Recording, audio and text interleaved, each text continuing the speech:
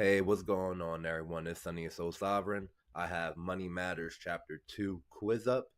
I will highly recommend to go over the quiz before going through the Chapter 2 video. That way we understand exactly what we're looking for.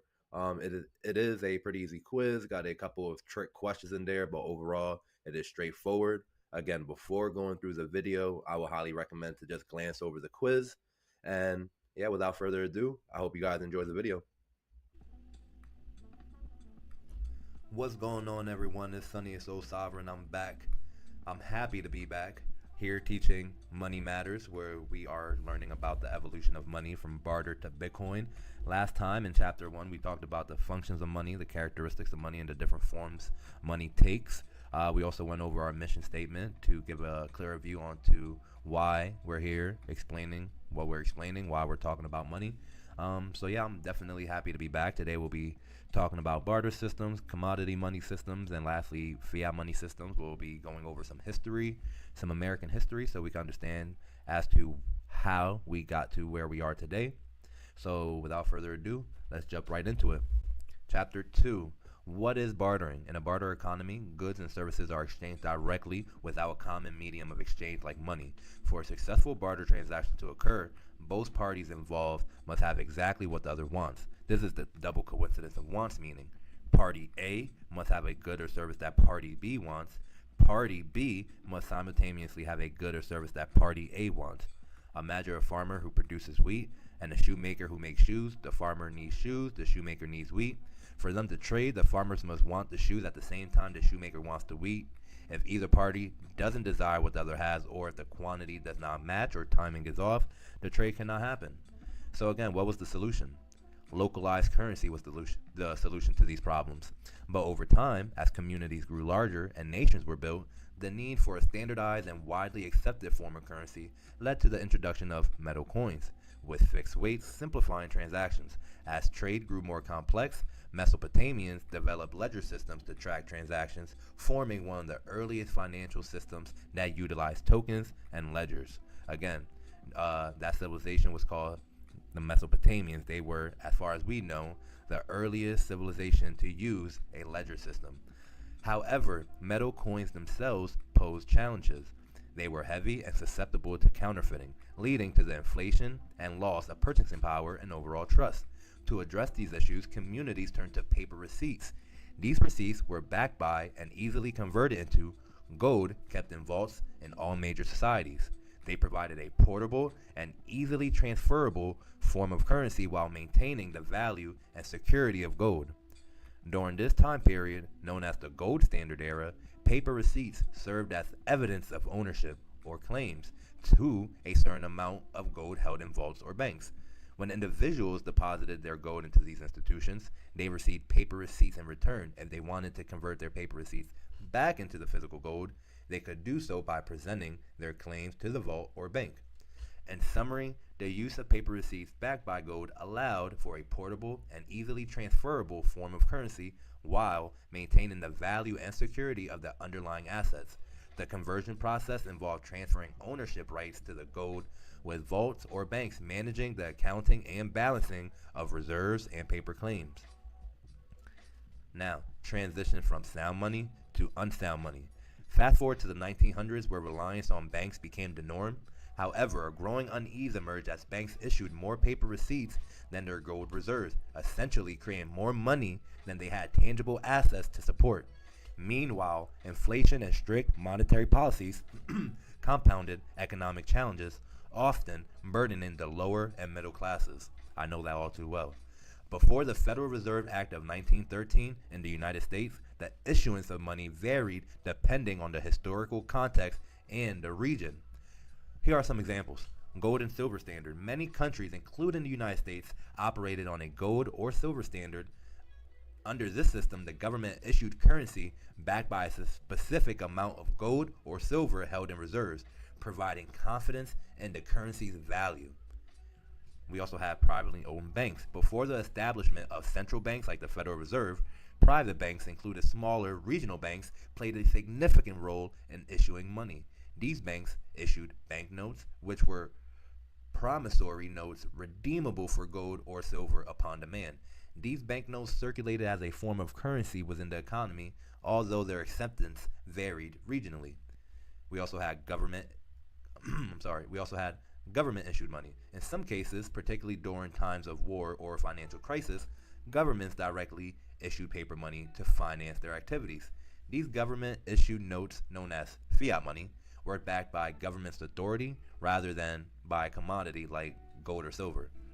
Local currencies, in addition to national currencies issued by central authorities or private banks, local communities sometimes use their own form of currency. These could include tokens issued by local businesses or even informal systems of credit and barter. Overall, the monetary system before the establishment of the Federal Reserve was diverse and often decentralized, with various entities issuing different forms of currency. Now we're going to go into the need for a central bank. I went ahead and Googled some crises before the establishment of the central bank to get a good idea as to why such entity was needed. I found some, I think, let's see, I got 1, 2, 3, 4, 5, 6 crises here before 1913, the establishment of the Federal Reserve. And there's probably more. I'm pretty sure there's more. I would highly recommend for everyone to do their own research. Panic of 1819. The Panic of 1819 was one of the first major financial crises in the United States, triggered by the collapse in land prices and a decline in demand for American agriculture products. It led to widespread bank failures and economic depression. The impact it had: many banks failed, unemployment rose, and there were widespread bankruptcies. The crisis revealed the weakness in the American banking system and the need for a more robust financial regulation. We have the Panic of 1837. This financial crisis was triggered by speculative lending practices, the collapse of a land bubble, and restrictive monetary policies enacted by Andrew Jackson, including the Specie Circular, which required payment for government land to be in gold and or silver. The Panic of 1837 led to severe economic depression that lasted for several years. Banks failed in large numbers, and there was a significant decline in business activity and employment. We have the Panic of 1857. The Panic of 1857 was caused by the collapse of the Ohio Life Insurance and Trust Company, along with declining international economic conditions and a decrease in the value of American agriculture exports. The impact it had: this crisis resulted in bank failures, a sharp drop in stock prices, and a significant economic downturn. The effects were particularly severe in the northern states and contributed to economic tensions leading to the Civil War. We also have the Panic of 1873, known as the Long Depression. This panic was triggered by the collapse of J. Cook and Company, a major investment bank, following the overextension of railroad investments. The impact it had: the Panic of 1873 led to a prolonged economic depression that lasted for several years, characterized by widespread unemployment, bank failures, and deflation. We're starting to see a pattern here, are we? Okay, we have the Panic of 1893. The Panic of 1893 was precipitated by the collapse of railroad overbuilding and a shaky railroad financing, which set off series of bank failures. The crisis resulted in severe economic depression with high unemployment, significant deflation, and widespread bank and business failures. It was one of the worst economic depressions in U.S. history. We also have the Panic of 1907, right before the establishment of the Federal Reserve in 1913. The Panic of 1907, also known as the Knickerbocker Crisis. The Panic of 1907 was triggered by the collapse of the Knickerbocker Trust Company and series of bank runs. The impact: the panic caused widespread bank failures, a sharp drop in stock market prices, and a significant economic downturn. It highlighted the need for a central banking system to provide liquidity and stability to a financial system. After all those crises, I would want some kind of centralized entity too to take all the responsibility and accountability for my mess ups as well. Conclusion: the recurring financial crisis and banking panics before 1913 reveal significant weaknesses in the American banking system and the lack of a central regulatory authority. These hardships ultimately led to the establishment of the Federal Reserve, designed to provide greater financial stability, manage the money supply, and act as a lender of last resort to prevent bank failures and stabilize the economy. Now, the introduction of the Federal Reserve centralized much of this authority under a single institution, responsible for regulating the money supply and overseeing banking system. Trust between this private institution, the Federal Reserve, governments, and individuals tend to thrive during time of peace and economic stability or growth. However, during periods of uncertainty, there has historically been a tendency for people to prefer holding gold. They kept enough necessities for a certain period, but stored everything else in gold to preserve their wealth and hedge against inflation caused by centralized institution and or government. This reluctance to exchange currency for gold and vice versa stems from several factors: economic instability, trade imbalances, and policy restrictions.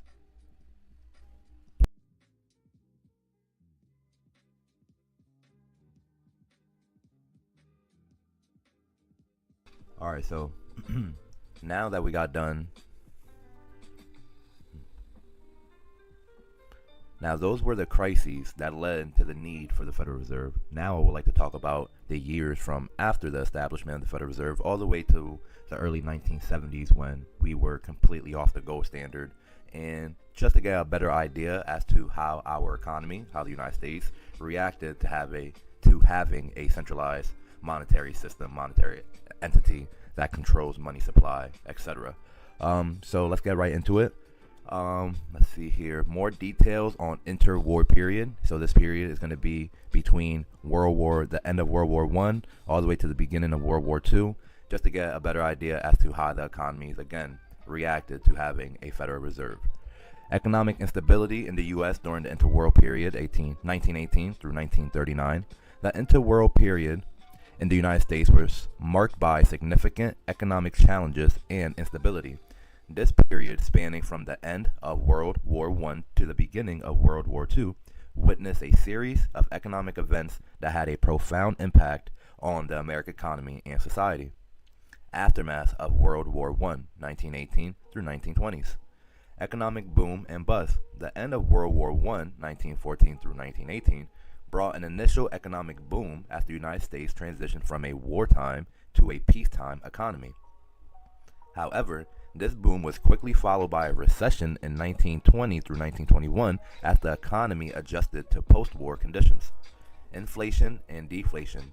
The immediate post-war period saw significant inflation as wartime price controls were lifted and demand outstripped supply.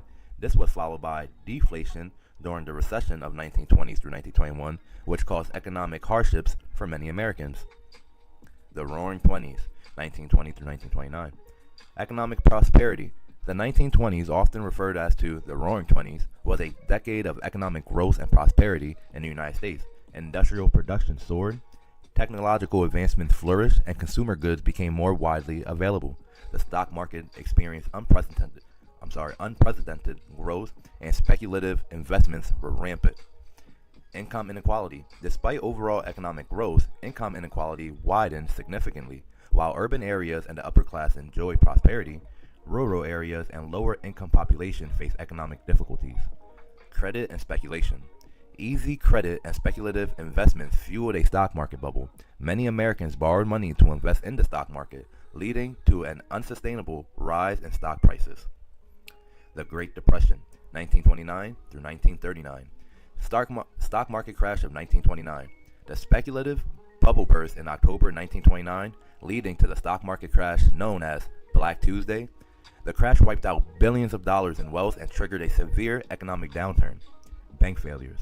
Despite the establishment of the Federal Reserve in 1913, the banking system faced significant challenges, with thousands of banks failing between 1930 and 1933. Bank runs were common as people rushed to withdraw their deposits, leading to further bank failures. Unemployment and poverty. Unemployment soared to around 25%, and millions of Americans were plunged into poverty. Breadlines, soup kitchens, and shanty towns known as Hoovervilles became common sights. Deflation. The Great Depression was marked by deflation, where prices fell, leading to reduced consumer spending and further economic decline. Farmers were particularly hit hard as agriculture prices plummeted, making it difficult to cover their costs. New Deal policies. In response to the economic crises, President Franklin D. Roosevelt implemented the New Deal, a series of programs and policies aimed at providing relief, recovery, and reform. The New Deal included measures to stabilize the banking system, provide unemployment relief, and stimulate economic growth, such as the Securities Act of 1933, the Securities and Exchange Act of 1934, and the Social Security Act of 1935, to name a few. Rise of totalitarian regimes in Europe. Global impact. The economic instability of the interwar period was not confined to the United States. Europe also faced significant economic challenges, contributing to political instability and the rise of totalitarian regimes. American isolationism. The rise of totalitarian regimes and the threat of another global conflict led to a period of American isolationism. The United States focused on addressing domestic economic issues while avoiding entanglement in European affairs. This period of isolationism ended with the outbreak of World War II, 1939 to 1945. Conclusion. The interwar period in the United States was characterized by significant economic volatility, marked by the initial post-World War I recession, the prosperity and excesses of the Roaring '20, and the devastating impact of the Great Depression. Despite the establishment of the Federal Reserve in 1913, the recurring economic challenges highlighted the need for stronger regulatory mechanisms. These hardships ultimately led to the implementation of new policy deals to provide greater economic stability and security.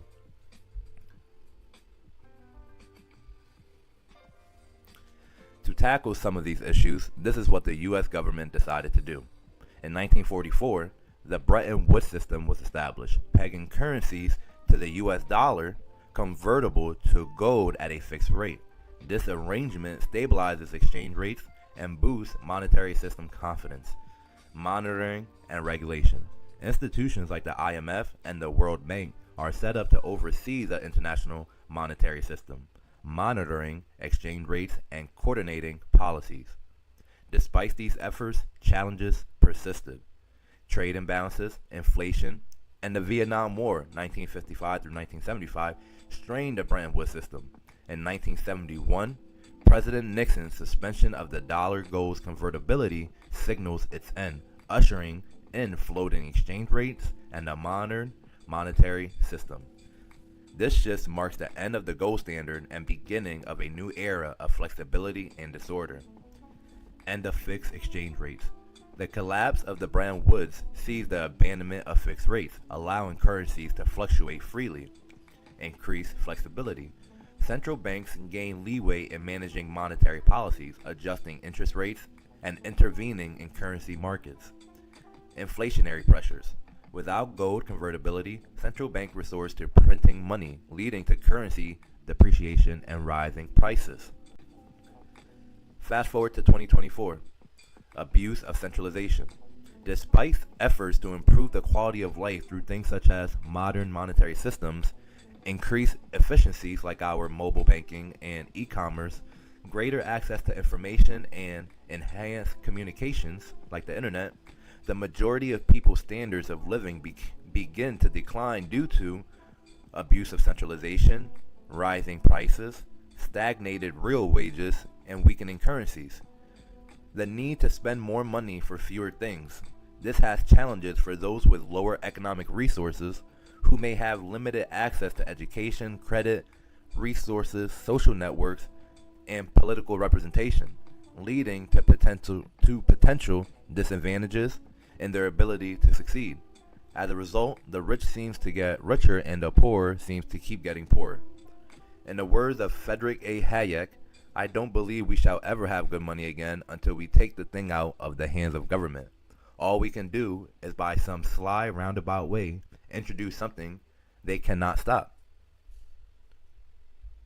Where are we today? Today we come a long way from the first credit cards introduced in the 1950s.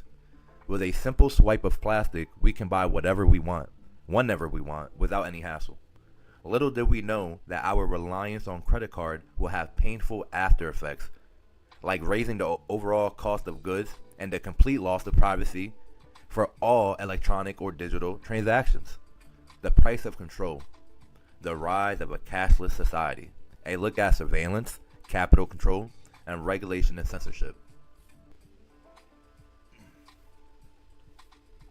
When the first credit card was introduced in the 1950s, people rejoiced at the thought of never having to carry around actual cash again. No more fumbling for loose change or awkward check writing moments at the checkout counter. All those intermediaries can now take their cut without you even realizing it. Just like a toll on a network. The convenience of modern finance. But with the rise of digital currencies like CBDCs, it's like we've gone from paying a fee for using the network to having to ask permission. Worse, now we expect to be searched, scanned, and scrutinized by the government every time we pass through. Control and surveillance have taken the place of convenience. And just like the fee from the network, these intrusions into our financial lives come with a cost, whether it's monetary, a violation of privacy, or a loss of autonomy. As more of our daily transactions move online, the use of cash declines. Governments and financial institutions around the world are promoting the use of electronic payments and cracking down on the use of physical money. This trend has sparked a debate about the future of cash and the potential consequences of a cashless society. The question is, are we willing to pay the price for the convenience of modern finance? Or will we seek alternative options that prioritize our freedom and privacy? The war on cash refers to various efforts to reduce the use of physical money, remove high denomination bills, and promote the use of electronic payments. Proponents of the war on cash argue that it will make transactions faster, more convenient, and more secure. Governments and central banks are advocating for the elimination of cash to make it easier to track all types of transactions, including those made by criminals. Criminals and terrorists benefit from the privacy and ease of illegal transactions facilitated by large denominations of banknotes. However, citizens are concerned about the potential repercussions on the economy and social liberties if physical cash is coercively eliminated. The push toward a cashless society is supported by advancements in technology such as online banking, encryption, smartphone, and payment technologies. By 2015, there were 426 billion cashless transactions worldwide, a 50% increase from the 5 years prior. Lawmakers argue that removing high denominations of bills from circulation would hinder illegal activities and enhance efficiency in transactions. Cashless transactions are faster, more efficient, and incur fewer costs for banks. Central banks could also exercise greater control over interest rates to manage inflation, including implementing zero interest rate policy and negative interest rate policy. However, the war on cash may have unintended consequences. Cashless transactions would involve intermediaries increasing government access to personal transactions and records. Certain types of transactions could be restricted or frozen by governments, potentially driving people towards decentralized cryptocurrencies alternatives. A cashless society would limit individual freedom to store wealth outside of the system, making savers vulnerable to bank bail-in scenarios and extreme monetary events. The rapid increase in digital transaction and government stimulus programs highlighted the potential vulnerabilities and privacy concerns associated with a cashless society. As the U.S. increasingly adopts digital payment systems, concerns about privacy and security have come to the forefront. Digital transactions leave a traceable record, making it easier for both the government and private companies to monitor and analyze individual spending habits. This level of surveillance can lead to a loss of personal autonomy and privacy, as every financial transaction becomes potentially subject to scrutiny. The convenience of digital payments comes at a cost of increased exposure to data breaches and cyber attacks, which can compromise sensitive financial information and personal identities. As governments and central banks continue to promote the transition to a cashless society, it's essential to consider the potential trade-offs and unintended consequences for individuals and society as a whole. So let's look at some of these trade-offs. A look at surveillance, capital control, and regulation censorship. Surveillance. Surveillance is a tricky business. On the one hand, it helps catch people doing bad things like money laundering, but the more fraud that happens, the more surveillance needed, which can lead to invasions of privacy through technology. Private companies may also collect and trade your personal information for their own benefit, and the risks of surveillance can include scams, harassments, extortion, identity theft, and even tracking your car purchases. Plus, with the rise of AI and machine learning, it's becoming even easier for governments and companies to evade our privacy. Moreover, it's often the people who are already disadvantaged or underprivileged who are hit the hardest. Capital control. When spending gets out of control, governments may impose price controls to try and fix the problem. But sometimes these controls make things worse. Consider the impact of the Federal Reserve monetary policies on financial accessibility in the United States. During the COVID-19 pandemic, the Federal Reserve implemented unprecedented measures to stabilize the economy, including lower interest rates to near zero and purchasing large amounts of government and corporate bonds. While these actions were intended to support the economy, they also had unintended consequences. For instance, small businesses and individuals face challenges in accessing loans and credit, as banks tightened lending standards due to economic uncertainty. Financial regulations and censorship. Financial regulation and censorship can be financially and emotionally taxing realities for societies and their citizens. They manifest in various ways, such as capital controls that limit how much money individuals can transfer or withdraw, debanking practices where financial institutions terminate accounts for those in high risk or controversial industries, and underbanking practices that underserve individuals and in redline communities, limiting their access to essential financial services. Redline communities refers to neighborhoods marked as high risk for mortgage lending, often based on racial or socio-economical factors. This practice historically denied residents access to loans and insurance, leading to disinvestment and economic decline. As a result, these communities often struggle with limited access to banking services, impacting their financial opportunities and overall economic health. For example, following Operation Choke Point, a 2013 initiative by the U.S. Department of Justice, many banks were pressured to sever ties with businesses in certain high-risk sectors to combat fraud and money laundering. Although the operation officially ended in 2017, its impact is still felt as banks continue to exercise caution and may deny services to legitimate businesses to avoid regulatory scrutiny. These practices raise significant concerns about financial censorship and overreach of regulatory measures.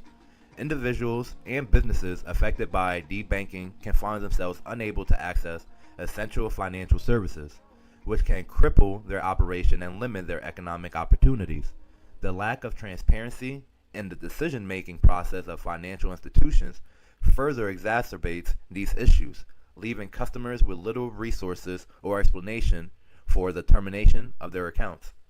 In the U.S., as of 2021, approximately 4.5% of households, about 5.9 million households, were unbanked, meaning no one in the household had a checking or savings account at a bank or credit union.